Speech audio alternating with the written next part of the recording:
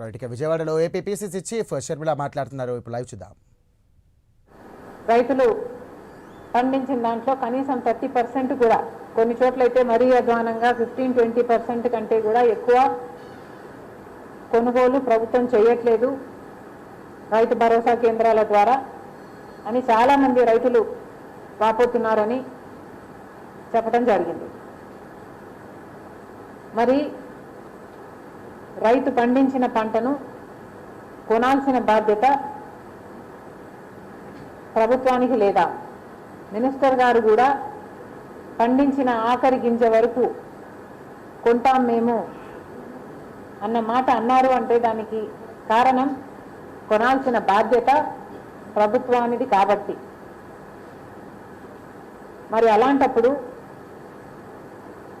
కేవలం రైతు దగ్గర ఈరోజు కొనకపోవడం వల్ల కుప్పలు కుప్పలుగా ఎన్నో చోట్ల పోసుకొని ఎదురు చూడడం వల్ల ఈ అకాల వర్షాలకు పంట తడిసిపోయింది. మరి ఇప్పుడు ఆ రైతు ఆ పంటను ఏం చేసుకోవాలి?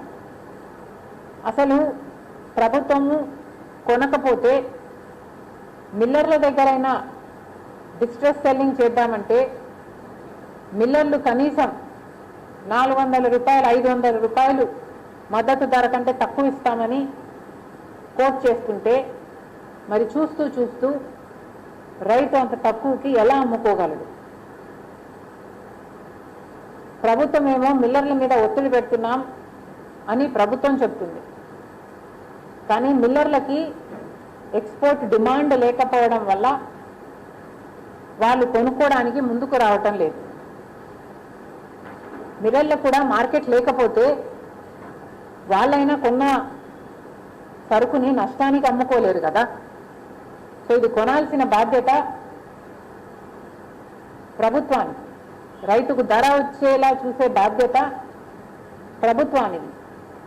అవతల చూసుకుంటే పక్కన తెలంగాణ రాష్ట్రంలో ఇదే పరిస్థితి వస్తే, ప్రొడక్షన్ ఎక్కువైతే సివిల్ సప్లైస్ ద్వారా, తెలంగాణలో ఉన్నది కాంగ్రెస్ ప్రభుత్వం, రేవంత్ రెడ్డి గారు సివిల్ సప్లైస్ ద్వారా ఆ అధిక ధాన్యాన్నంతా కొని ఫిలిప్పీన్స్ మలేషియాతో ఎంఓయూలు చేసుకొని మరి ఎక్స్పోర్ట్ చేయగలిగారు. మరి అది మనం ఎందుకు చేసుకోలేకుండా ఉన్నాం?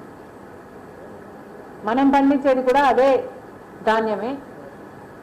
మరి మన రైతులు కూడా అదే ఇబ్బందే ఉన్నప్పుడు మరి మనం కూడా ఆ మార్గంలోనే ఎందుకు చేయకూడదు? కూటమి సర్కారేమో మాటలు కోటలు దాటుతాయి కానీ చేతులు మాత్రం గడప కూడా దాటం. ఇదే మంత్రులు వీళ్ళే ఆఖరి గింజ వరకు కొంటాం అని చెప్పిన వాళ్ళే